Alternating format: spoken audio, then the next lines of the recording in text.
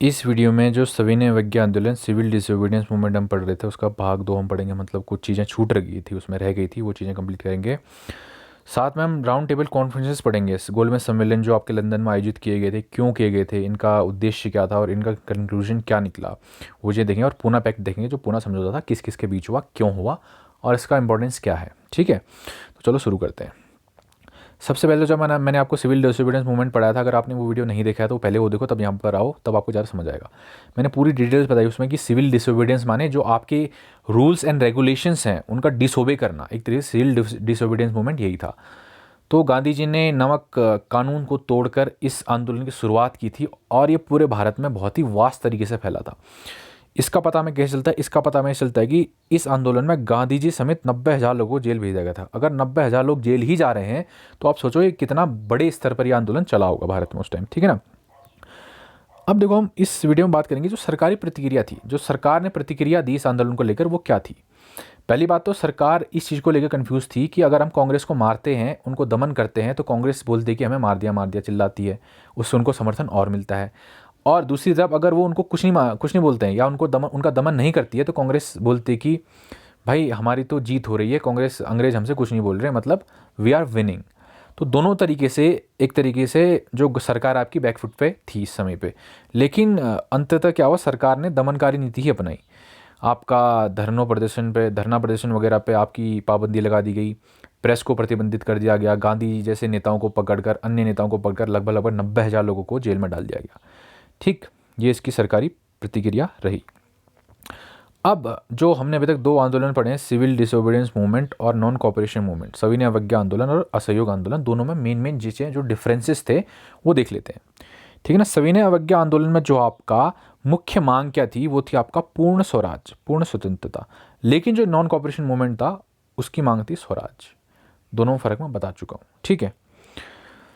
अब जो सविनय अवज्ञा आंदोलन है उसको करने का तरीका क्या था, उसको, उस आंदोलन को चालू रखने का तरीका ये था कि आप वायलेशन ऑफ लॉ, कानून को तोड़ें। जैसे कि हमने नमक कानून तोड़ा था, वैसे ही आप इसको अलग अन्य जो है कानून उनको तोड़ें। ये तरीका था सिविल डिसोबीडियंस मूवमेंट का।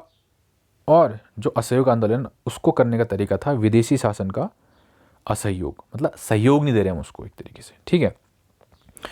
जो सिविल डिसोबीडियंस मूवमेंट था उसमें जो बुद्धिजीवी वर्ग है, मतलब जो इंटेलेक्चुअल्स हैं, उनका पार्टिसिपेशन कंपैरेटिवली कम था।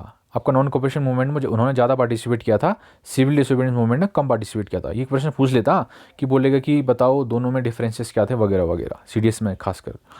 अगला, इस आंदोलन में मुसलमानों की सहभागिता असहयोग आंदोलन से कम थी। इसका एक ऑब्वियस रीज़न ये है कि जब हम नॉन कॉपरेशन मूवमेंट पढ़ रहे थे ना, असहयोग आंदोलन, तो उस टाइम पे जो मुसलमानों का पार्टिसिपेशन का एक मुख्य कारण ये था कि वो खिलाफत के लिए लड़ रहे थे। खिलाफत आंदोलन पढ़ाया था ना मैंने, जो आपका खलीफा था उसको हटा दिया था ब्रिटिश ने वगैरह वगैरह, वो कहानी जो थी पूरी बता रखी है मैंने। तो एक तरह से कहीं ना कहीं वो आंदोलन धार्मिक भी था, एक तरीके से धर्म से जुड़ा हुआ भी था, इसलिए मुसलमानों ने बढ़ चढ़कर उसमें पार्टिसिपेशन किया था। वहीं जो सिविल डिसोबीडियंस मूवमेंट है, इसमें कोई धर्म का एंगल नहीं था, तो इसमें जो है मुसलमानों ने उतना बड़ी संख्या में पार्टिसिपेशन नहीं दिखाया अपना। इस आंदोलन में राजनीतिक बंदियों की संख्या सिविल डिसोबीडियंस में बहुत ज़्यादा थी। मैंने बोला 90,000 को भाई जेल में डाल दिया। तो जो नॉन कॉपरेशन मूवमेंट में जितने जेल में डाले थे, जितने बंदी थे, उससे 3 गुना इस आंदोलन में थे हमारे। इससे स्पष्ट होता है कि कितना वास्ट लेवल पे ये आपका आंदोलन चला था उस समय।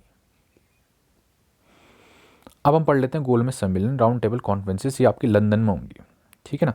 अब ये राउंड टेबल कॉन्फ्रेंसेस क्या है? एक टेबल होगी, इसका नाम इसलिए पड़ा है क्योंकि ऐसे टेबल होती थी, इसके चारों ओर प्रतिनिधि बैठते थे, भारत के भी और ब्रिटिश सरकार के भी, और ये आपस में डिस्कशन करते थे कि भैया जो भारत में सरकार है, गवर्नेंस है, जो आपकी राज्य व्यवस्था है, उसमें क्या क्या परिवर्तन आने वाले टाइम पे आपको करने हैं और कैसे करने हैं वगैरह वगैरह चीज़ें। ठीक है। तो इसको गोलमेज सम्मेलन बोला गया क्योंकि गोलमेज के चारों ओर होती थी, ऐसा ही कुछ है, ऐसा कोई ऐसा सच स्टोरी है नहीं। ठीक। तो गोलमेज सम्मेलन जो आपका है, 3 हुए थे टोटल, जो राउंड टेबल कॉन्फ्रेंसेस हुई थी लंदन में। उसमें से जो पहला हुआ था उसमें कांग्रेस ने हिस्सा नहीं लिया था, दूसरे में लिया था और तीसरे में फिर से नहीं लिया था। और उनकी क्या क्या मुख्य बातें थी हम पढ़ेंगे। ठीक।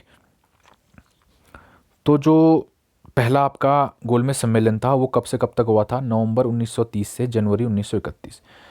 पहली बात ये ध्यान रखो कि जब आप पहली रीडिंग करोगे ना, आप ये एक्सपेक्ट मत करना कि आपको ये सारी चीज़ें याद हो जाएंगी, पहली बात तो। ठीक है, अगर हो जाती हैं बहुत बढ़िया, अगर नहीं होती हैं तो आपको लैक ऑफ कॉन्फिडेंस फील नहीं करना है। ठीक। क्योंकि ये जीएस ऐसा सब्जेक्ट है, the more you revise the better you become, जितना ज़्यादा रिवाइज करोगे उतना ज़्यादा याद होंगी चीज़ें।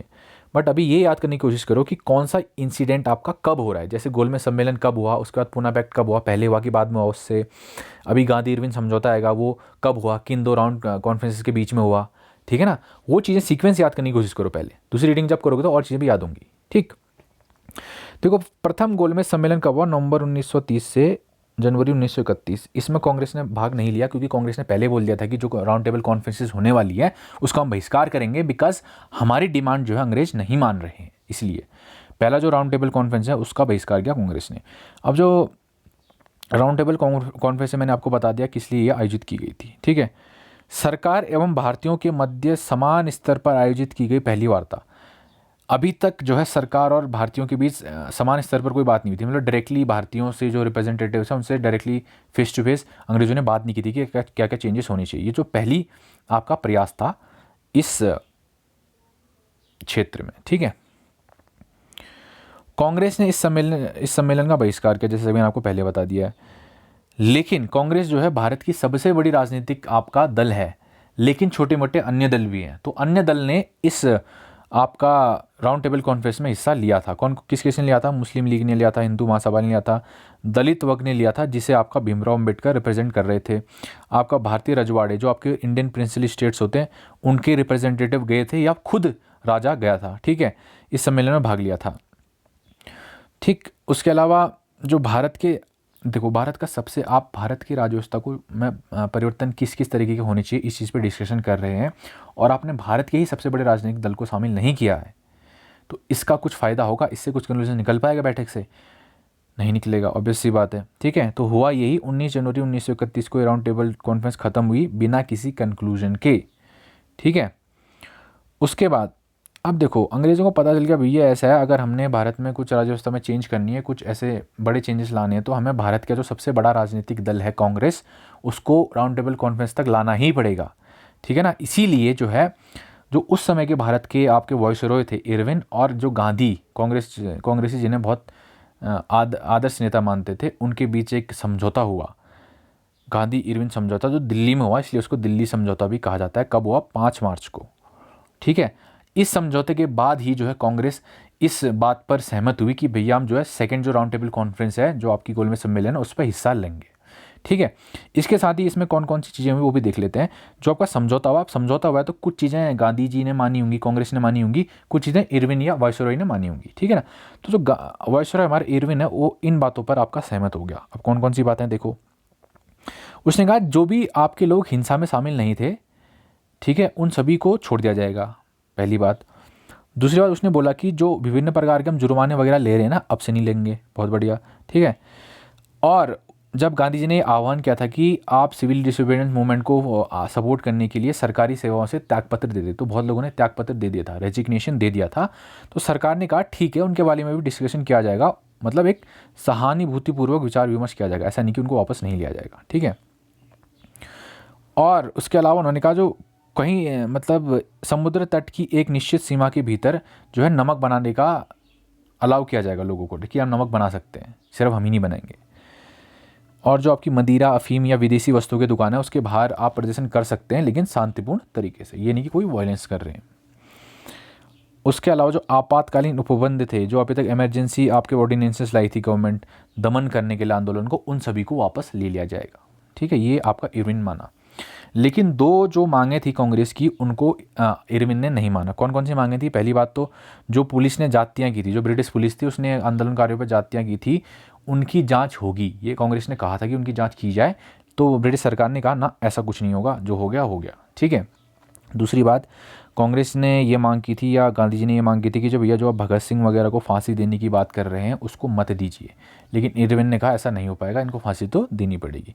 तो एक तरीके से जब ये गांधी इरविन पैक्ट हुआ, उसके बाद जब इस वार्ता में गांधी इस चीज़ पे विफल हो गए कि वो भगत सिंह वगैरह को बचा सकें, तो इनका काफ़ी विरोध भी हुआ था इस चीज़ को लेकर। लोगों का कहना था कि आप भगत सिंह, राजगुरु सुखदेव वगैरह की फांसी को रुकवा सकते थे, बट आपने उतना एफर्ट नहीं डाला, ये विद्रोही कहते हैं उनके, ठीक है। अब जो कुछ बातें कांग्रेस ने भी मानी, कांग्रेस ने कहा ठीक है भैया हम सिविल डिसोबीडियंस मूवमेंट जो है आपका सविनय अवज्ञा आंदोलन उसको स्थगित कर देंगे या समाप्त कर देंगे। उसके अलावा हम दूसरी राउंड टेबल कॉन्फ्रेंस होने वाली लंदन में, उसमें हिस्सा लेंगे क्योंकि हमने पहले में नहीं लिया था। ठीक है, ठीक। अब इस समझौते को आपका एक तरीके से अप्रूव करने के लिए कांग्रेस ने अपना एक अधिवेशन बुलाया कराची में। पूछ सकता है 1931 का कांग्रेस कराची अधिवेशन का अध्यक्ष कौन था? वल्लभ भाई पटेल थे। इस अधिवेशन से 6 दिन पहले 23 मार्च को ही आपका भगत सिंह वगैरह को फांसी दे दी गई थी। तो इस अधिवेशन में जब गांधी जी शामिल होने जा रहे थे तो इनको जगह जगह काले झंडे दिखाए गए और इनका विरोध किया गया। ठीक है, तो इस अधिवेशन की मुख्य बातें और क्या थी? पहली बात तो इन्होंने स्वीकृति दी किसको? गांधी इरविन पैक्ट को। दूसरी बात, इन्होंने 2 रेजोल्यूशन लाए, 2 प्रस्तावों को मंजूरी दी कि मौलिक अधिकार हमें चाहिए भाई, मौलिक अधिकारों से संबंधित एक प्रस्ताव था, उसको इन्होंने मंजूरी दी। कौन कौन से मौलिक अधिकार इन्होंने मांगे थे उस पर डिटेल में नहीं जाना है। ठीक है, दूसरा, राष्ट्रीय आर्थिक कार्यक्रमों से संबंधित प्रस्ताव, मतलब आपके टैक्स सिस्टम कैसा होना चाहिए, कर आपका जो लगान ले रहे हो किस तरीके से लेना चाहिए, लगान में कितनी कमी होनी चाहिए वगैरह वगैरह, ये डिमांड्स थी इनकी।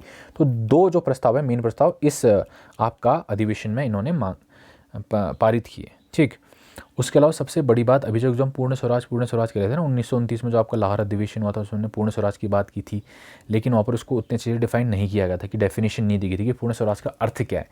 तो जो कराची आपका अधिवेशन है 1931 वाला, इसमें पूर्ण स्वराज की परिभाषा दी गई, डिटेल में बताया गया कि हम पूर्ण स्वराज कह रहे हैं तो इसका अर्थ क्या है। ठीक है, अब देखो भाई, कांग्रेस मान गई द्वितीय गोलमेज सम्मेलन के लिए। तो द्वितीय गोलमेज सम्मेलन में कांग्रेस की तरफ से महात्मा गांधी जी ने आपका हिस्सा लिया और वो राजपुताना नामक जहाज में बैठकर लंदन गए इसमें हिस्सा लेने के लिए। तो ये क्वेश्चन कभी पूछ सकता है कि भैया कौन से जहाज में बैठकर वो गए थे। उसके अलावा अब ये सम्मेलन तो हुआ द्वितीय गोलमेज सम्मेलन, लेकिन जो कांग्रेस है आपको पता है ना, वो पूर्ण स्वराज की मांग कर रही है, स्वतंत्रता की मांग कर रही है। लेकिन इस राउंड टेबल कॉन्फ्रेंस में आपका एक भी बार स्वतंत्रता की मांग को लेकर डिस्कशन नहीं हुआ। अंग्रेजों ने डिस्कस किया ही नहीं कि आपको स्वतंत्रता देनी है, वो तो ये डिस्कस करने की भैया आपकी गवर्नेंस में क्या क्या चेंजेस होने चाहिए।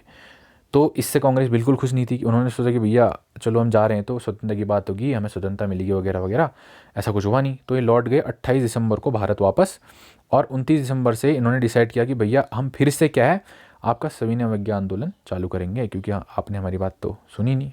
ठीक, उसके अलावा फिर जो तीसरा राउंड टेबल कॉन्फ्रेंस होता है, इसमें फिर से जो है कांग्रेस आपका हिस्सा नहीं लेती है। उनको लगता है कि भैया द्वितीय कॉन्फ्रेंस में हमारी सुनी नहीं गई तो हम तृतीय में भाग क्यों ही ले।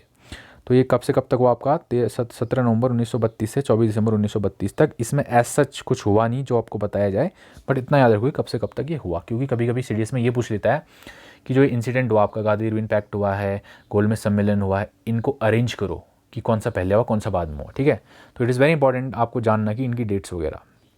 ठीक, तो इन तीनों राउंड टेबल कॉन्फ्रेंसेस का ही नतीजा था कि भारत में जो है 1935 में भारत सरकार अधिनियम आया। भारत सरकार अधिनियम जैसे 1909 में आया। क्या होता है भारत सरकार अधिनियम? The government of India act कहते हैं ना इसको हम। 1909 आया, फिर 1919 आया, फिर 1935 आएगा। ये सारी चीज़ें एक्ट्स हैं कि जो भारत में सरकार चल रही है, गवर्नेंस चल रही है, उसमें क्या क्या चेंजेस होंगे उसको लेकर एक्ट आता है। तो इन सभी राउंड टेबल कॉन्फ्रेंसेस का कंक्लूजन ये निकला कि इन्होंने एक एक्ट बनाया, भारत सरकार अधिनियम 1935। This is very important act, क्योंकि इसी से हमारा बहुत सारी चीज़ें वर्तमान का जो संविधान है भारत का उसमें भी ली गई है। तो इसको हम अलग से पढ़ेंगे डिटेल में, अभी नहीं पढ़ेंगे, भाई इतना याद कर लो। ठीक है, अब लास्ट बट नॉट लीस्ट एक चीज़ का एक तरीके से एक टर्म होता है कि पूना समझौता या कम्युनल अवार्ड्स या सांप्रदायिक निर्णय। ये क्या चीज़ें हैं? ठीक है, अब देखो हुआ यूँ कि मैंने आपको बताया जब 1909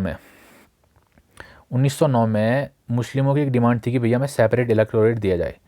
ठीक है, और ये डिमांड मान ले मिंटो जब रिफॉर्म आए थे तो उन्होंने मान भी लिया था। सेपरेट इलेक्टोरेट जैसे में कि मैंने आपको समझाया था, फिर समझा देता हूँ। जैसे एक क्षेत्र है, इसमें 5 लोग हैं और 3 मुस्लिम हैं, तो मुस्लिम बहुमत में हो गए ना। तो ऐसे एरिया में कोई भी अगर सीट है, विधानसभा की हो कहीं की भी हो, उस सीट के लिए सिर्फ मुस्लिम प्रत्याशी उठ सकते हैं। ये 2 उठ रहे हैं आपस में इलेक्शन के लिए, इस क्षेत्र के लिए, ये दोनों मुस्लिम ही होंगे और इनके लिए जो वोट करेंगे वो भी मुस्लिम ही होंगे। यहाँ पर जो अलग कास्ट, अलग रिलीजन के हैं, हिंदू हो क्रिश्चियन हो, उनको वोट करने का भी अधिकार नहीं होगा। इसको बोला गया सेपरेट इलेक्टोरेट, कि खड़ा भी आपका मुस्लिम ही होगा, वोट भी उनके लिए मुस्लिम ही करेगा। ये डिमांड आपकी मुस्लिमों के लिए अंग्रेजों ने मान ली थी। लेकिन हुआ यूँ कि ब्रिटिश जो प्रधानमंत्री थे मैकडोनाल्ड, उन्होंने एक कमेटी बनाई थी, भारतीय मताधिकार समिति या Indian franchise committee, Lothian committee बोलते थे इसको, क्योंकि इसका हेड लोथियन था। इसके रिकमेंडेशन पे ये बोला कि भाई जो आप अभी तक हम सेपरेट इलेक्टोरेट दे रहे थे ना, मतलब जो सांप्रदायिक निर्णय कहें या सेपरेट इलेक्टोरेट दे रहे थे मुस्लिमों को, अब वो दलित वर्ग को भी दी जाएंगी या अल्पसंख्यक को भी दी जाएंगी। इसका मतलब है कि जो मुस्लिम तो थे ही थे, सिख हो गए आपके, यूरोपीय हो गए आपके, आंग्ल भारतीय हो गए आपके, भारतीय ईसाई हो गए आपके, स्त्री हो गए आपको, सबको सेपरेट इलेक्टोरेट दे दिया जाएगा। इससे अंग्रेज क्या करना चाह रहे थे? अभी तक तो जो है सिर्फ अंग्रेज जो है मुस्लिम और हिंदुओं को ही आपस में लड़ा रहे थे, ठीक है ना, डिवाइड एंड रूल की पॉलिसी चला रहे थे। लेकिन अब वो चाह रहे थे कि जो अलग माइनॉरिटीज़ हैं जैसे दलित वगैरह हैं वो भी आपस में लड़ें, स्वर्ण वर्ग से लड़ें या उच्च जाति के लोगों से लड़ें। इसीलिए वो इस बात का विचार कर रहे थे कि भैया इन्हें भी आपका सेपरेट इलेक्टोरेट दे दिया जाए। लेकिन इससे कितने वर्षों तक? 20 वर्षों के लिए। लेकिन इससे भारत के लोग नाखुश थे। तो जो भारत के लोग हैं उनके भिन्न भिन्न प्रतिक्रियाएं थी, वो भी हम जान लेते हैं। सबसे बड़ी जो राजनीतिक पार्टी कांग्रेस, उसका कहना था उनके लिए एक असमंजस स्थिति थी, क्योंकि अगर वो दलितों का समर्थन नहीं करते हैं सेपरेट इलेक्टोरेट के लिए तो दलित उनके अगेंस्ट हो जाएंगे, अगर समर्थन करते हैं तो अदर जाति के लोग उनके अगेंस्ट हो जाएंगे। तो उन्होंने कहा कि भैया ऐसा है, ना तो हम इसको स्वीकार करेंगे सेपरेट इलेक्टोरेट को, ना ही इसको अस्वीकार करेंगे हम, neither to accept it not to reject it, ठीक है। लेकिन जो गांधी थे उन्होंने खुलकर इसका विरोध किया। उन्होंने कहा भैया ठीक है, जो दलित हैं उनको आप सेपरेट इलेक्टोरेट मत दो, this is not an good idea. आप उनके लिए सीट जो आरक्षित है उनमें बढ़ोतरी कर दो। बात तो एक ही है, सेपरेट इलेक्टोरेट देने की क्या आवश्यकता है? अगर कोई दलित प्रत्याशी खड़ा हो रहा है तो उसके लिए सिर्फ दलित ही वोट करेगा। सेपरेट इलेक्टोरेट का मतलब तो ये है ना। तो आप ये व्यवस्था मत कीजिए, आप ये कीजिए कि जो आपके लिए आरक्षित सीटें हैं दलितों के लिए उसमें वृद्धि कर दीजिए, लेकिन उनके लिए वोट सारे जाति के लोग देंगे। ऐसी व्यवस्था गांधी जी ने मांग की, और इस चीज़ की मांग के लिए वो 20 सितंबर 1932 को आमरण अनशन पे बैठ गए। उन्होंने कहा भैया जब तक आप मेरी बात नहीं मानोगे मैं तो आमरण अनशन पे बैठ रहा हूँ, खाना पीना कुछ नहीं खाऊंगा, ठीक है। अब ये बात फैली, सबको पता चली, तो विभिन्न प्रकार के नेता जो हैं जेल में थे उस टाइम पे गांधी जी, उनसे मिलने गए और उन्होंने निर्णय लिया कि ठीक है भाई, अब जो हम सेपरेट इलेक्टोरेट को नहीं मांगेंगे। अब जैसे ये तो ब्रिटिश सरकार है ना, ये देना चाह रही है, लेकिन अगर यहाँ का दलित जो है वो कहते कि हमें नहीं चाहिए तो फिर सरकार देगी ही क्यों, है ना। तो उस टाइम पे जो दलितों के रिप्रेजेंटेटिव थे एक तरीके से, वो कौन थे? भीमराव अम्बेडकर। जो भीमराव अम्बेडकर हैं और जो अन्य हिंदू नेता हैं उनके बीच में एक समझौता हुआ जिसको हम पूना समझौता कहते हैं, 24 दिसंबर 1932 में हुआ। इस पैक्ट के तहत ये निम्न चीज़ें आपकी डिसाइड की गई, ठीक है ना। क्या हुआ? एक कागज़ में ये चीज़ें लिखी गई, उसमें सबने साइन किया, आपका अम्बेडकर ने भी किया, जो हिंदू नेता है उन्होंने भी किया, और इस साइन किए हुए पेपर को आपका वाइसरॉय को दे दिया गया, सरकार को दे दिया गया, ताकि सरकार ये मान ले कि हाँ जो इंडियन पॉपुलेशन है वो ये नहीं चाहती कि उन्हें सेपरेट इलेक्टोरेट दिया जाए, ठीक है ना। तो उसमें क्या क्या डिमांड थी? उसमें कहा था कि जो दलित वर्ग है उसको सेपरेट इलेक्टोरेट ना दिया जाए, समाप्त कर दिया जाए, ठीक है। अगर इसमें दलितों की भी साइन है, दलित नेता है ना भीमराव अम्बेडकर, अगर उनके साइन है तो मतलब दलितों के भी तो साइन है। तो अगर दलित ही ये कह रहा है कि भैया सेपरेट इलेक्टोरेट नहीं चाहिए तो भैया सरकार को मानना पड़ेगा। फिर उन्होंने क्या सेपरेट इलेक्टोरेट नहीं दिया, लेकिन उन्होंने कहा कि भैया जो आपके प्रांतीय विधानसभाएं हैं, मतलब जो इलेक्शन होगी, सीट्स आपको मिलती है नेता बनने के लिए, उनमें बढ़ोतरी हो जाएगी। जो आपके प्रांत है, प्रांत माने प्रोविंशियल होते हैं ना, प्रोविंस होते हैं, प्रोविंसेस जैसे अभी समझ लो कि केंद्र और राज्य होते हैं, तो राज्य है, वहाँ पर जो आपकी विधानसभाएं हैं उनमें जो सीटें हैं दलितों के लिए, उनकी संख्या 71 से बढ़ाकर 147 कर दो। सेपरेट इलेक्टोरेट नहीं, सीटों में आरक्षण बढ़ा दो, 71 से 147 कर दो। और जो केंद्रीय विधानसभा है वहाँ पर सीटों में 18% सीटें जो हैं वो दलितों के लिए आप आरक्षित कर दो, ठीक है। और सरकार ने बोला भाई ठीक है, तुम सबने साइन कर ही दिए, तुम सब मान ही रहे हो, तो हम भी आपकी डिमांड मान लेते हैं। तो उन्होंने सेपरेट इलेक्टोरेट नहीं दिया, लेकिन जो है सीटों में आपकी बढ़ोतरी कर दी दलितों के लिए, ठीक है ना। ये था आपका आज का वीडियो। कुछ समझ ना आया हो तो भाई पूछ लेना और पढ़ते रहो।